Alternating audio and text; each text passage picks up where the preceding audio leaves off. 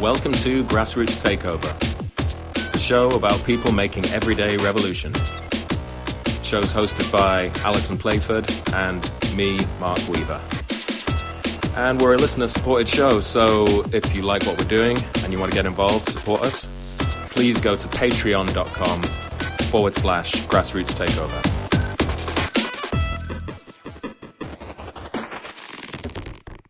Welcome to Grassroots Takeover once again. Today's going to be a special show because it's just me. My comrade and colleague and friend Ali Playford is up in Scotland attending to spiritual matters. She's on leave, so she'll be back in some shows coming up. But just for now, it's me, and I'm going to be reporting on what's going on in the Calais camp in France. Not just that, I'm going to be talking briefly about what's happening in the camp in Dunkirk, which is maybe a lesser discussed topic, but very important.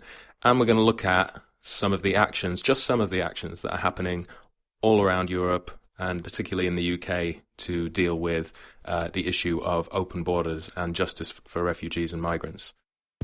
So first up, an update on the camp in Calais. Various sources have reported over the internet. This is people who are reporting from the ground. One of them is Calaisopedia, and you can Google that, and there's a daily update about what's happening in Calais. As you're aware, there are around, last count I think that I'm aware of was around 7,000 people now inhabiting the refugee camp in Calais, which is not officially recognised as a refugee camp by the French state, so that they don't have to adhere to various forms of support and respecting human rights that they would if it was an official refugee camp. In fact, what the state are doing, this is just a new thing, that it's been announced by the French state that they're going to bulldoze one whole third of the camp. So that's a third of the camp inhabited by 7,000 people. They made the camp and the volunteers there aware of this and said, we're going to do it in about 3 days. We're not going to tell you exactly when, but that's how long you've got to clear this area. So it's created a whole situation of disarray where people are having to uproot themselves from the meager infrastructure that's taken them months, maybe even years to develop there. This move by the French state really reflects the real nature of what they're doing, because there's been a few other developments moving alongside. Something that's been championed a lot is the fact that the French state has delivered a meager amount of government shelters. It's made a great effort in publicizing this and saying, look at these shelters that we're delivering. People are going to be able to be housed, aren't we nice? The feedback that is coming from the camp and from the volunteers there is that these shelters are completely inadequate. They don't nearly go into the numbers that would be necessary, so they're really a drop in the ocean. Also, they're not really what people want. The types of shelters aren't appropriate for keeping families together in the right way. It doesn't respond to the needs of the people as they express them. And alongside that, at the very same time, the French state has turned around and said, well, we're going to bulldoze a whole third of the camp. There's nothing you can do about it. And, it's really up to you how you deal with it. Massively repressive behavior that's going to displace a whole third of the camp. And it's that second action, the clearing of the camp by bulldozers with very little notice and not even giving a precise date, that really reflects the true intention of the French state. This is a response to the camp becoming too organised. The more the camp becomes organised and developed and people are able to start acting more effectively as a collective, reflexively, the French state comes in and does something like bulldoze a whole third of the camp just to throw everything into disarray, to turn everyone's lives upside down, to break up the solidarity networks that have formed and create chaos. Some people have committed to peacefully resisting. Obviously, they don't really have a chance of stopping the bulldozers, but they are very firm about defying it, saying we do not consent to this. So there will be a peaceful resistance. So you'd have to keep an eye out on groups such as London to Calais and all the other sources you can find to try and see what's happening there.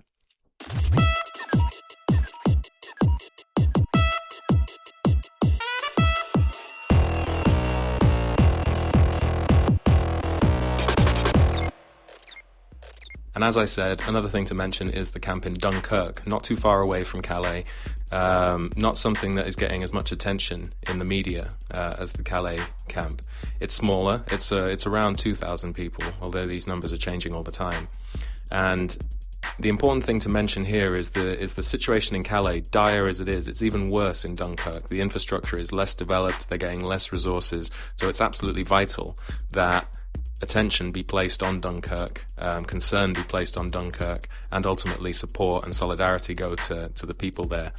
Because the more places like Dunkirk are left out of the spotlight, the more vicious the oppression, the more abusive the behaviour of the state will be. In fact, one of the efforts of the state at the moment in Dunkirk is to suggest to anyone who might inquire that you can't actually get in and out of the camp, that the area is contained. So it discourages people from wanting to go and give resources or to make contact with the people there because they think they're not going to get in. Whereas the feedback coming from the people on the ground, the groups organising there, is it actually is perfectly possible to go to Dunkirk, get in and out. It might not be quite as easy as it is in Calais, which is relatively open by comparison, but there is no sense that you should be discouraged from going to Dunkirk. Go to Dunkirk, you will be able to make contact with the people there. It's a bit of a smokescreen that's being put out at the moment to suggest that people have no hope of getting there, to discourage them from even trying. So that's the bad news. But there's plenty of good news. As we've seen, the French state and the British state, the UK border force, are really collaborating to marginalise the refugees, disempower them as much as possible. But at the very same time, there's absolutely heroic organising and resistance going on within the camps and without the camps. People are going to be resisting the bulldozers. People are determined to build infrastructure so that communities can actually form cohesively and begin to be able to organise. And at the same time, there's absolutely tons of ongoing solidarity actions. So just to mention a few, on the 16th of January, that's just in a few days, on Saturday, 12 p.m. in St Pancras Station, our very own St Pancras Station in London, there's an emergency die-in, Open the Border Now, is the event's title. Emergency die-in, Open the Border Now. It's been organised by London to Calais. This is probably going to be reminiscent of an amazing action that I attended and many others did earlier last year. That it was organised by Sisters Uncut, Black Dissidents, a whole swathe of groups, and they shut down or blockaded the entrance to the Eurostar, chanting, "This is what a border looks like." It was an amazing action. I mean, there were people chained to the barriers, there were people blocking the entrances, there were people covered in fake blood on the floor, demonstrating the human toll of these border systems. And it was a really inspiring action. It brought loads of people together, so hopefully it's going to resemble that and maybe even top it.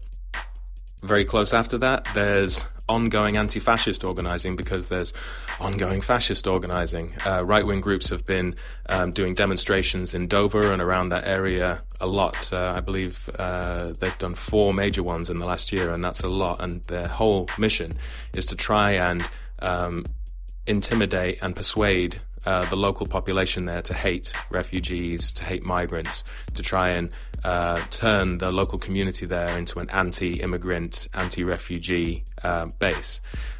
They've had pretty limited success, but not completely unsuccessful. But one of the reasons they've had so limited success is because there's been a heroic and consistent response by the anti-fascist networks. So on January 30th, 11 a.m., No Nazis in Dover, / solidarity with refugees. That's being organised by the Anti-Fascist Network alongside Kent Anti-Racist Network, and they've been doing ongoing, committed counter demonstrations to these racist right-wing groups.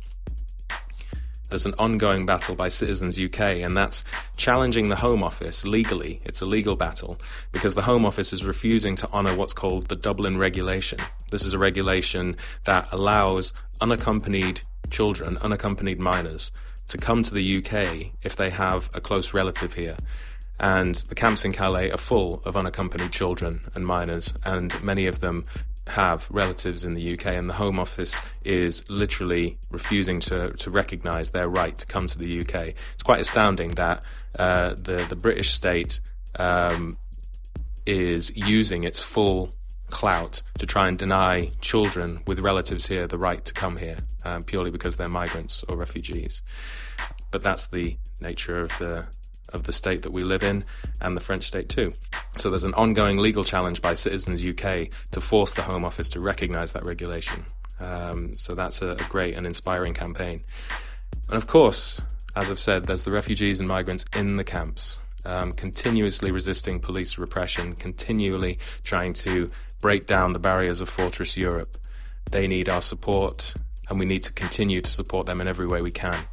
There's also a mass action at the end of January in Greece, in Lesbos. Really an exciting and inspiring event to organise for open borders in Greece. You can find out about that on an amazing film that you should watch anyway on YouTube called Stateless on Lesbos. Stateless on Lesbos. That's by The Real News by Guy Smallman and his crew. Great film about what's going on in Lesbos there.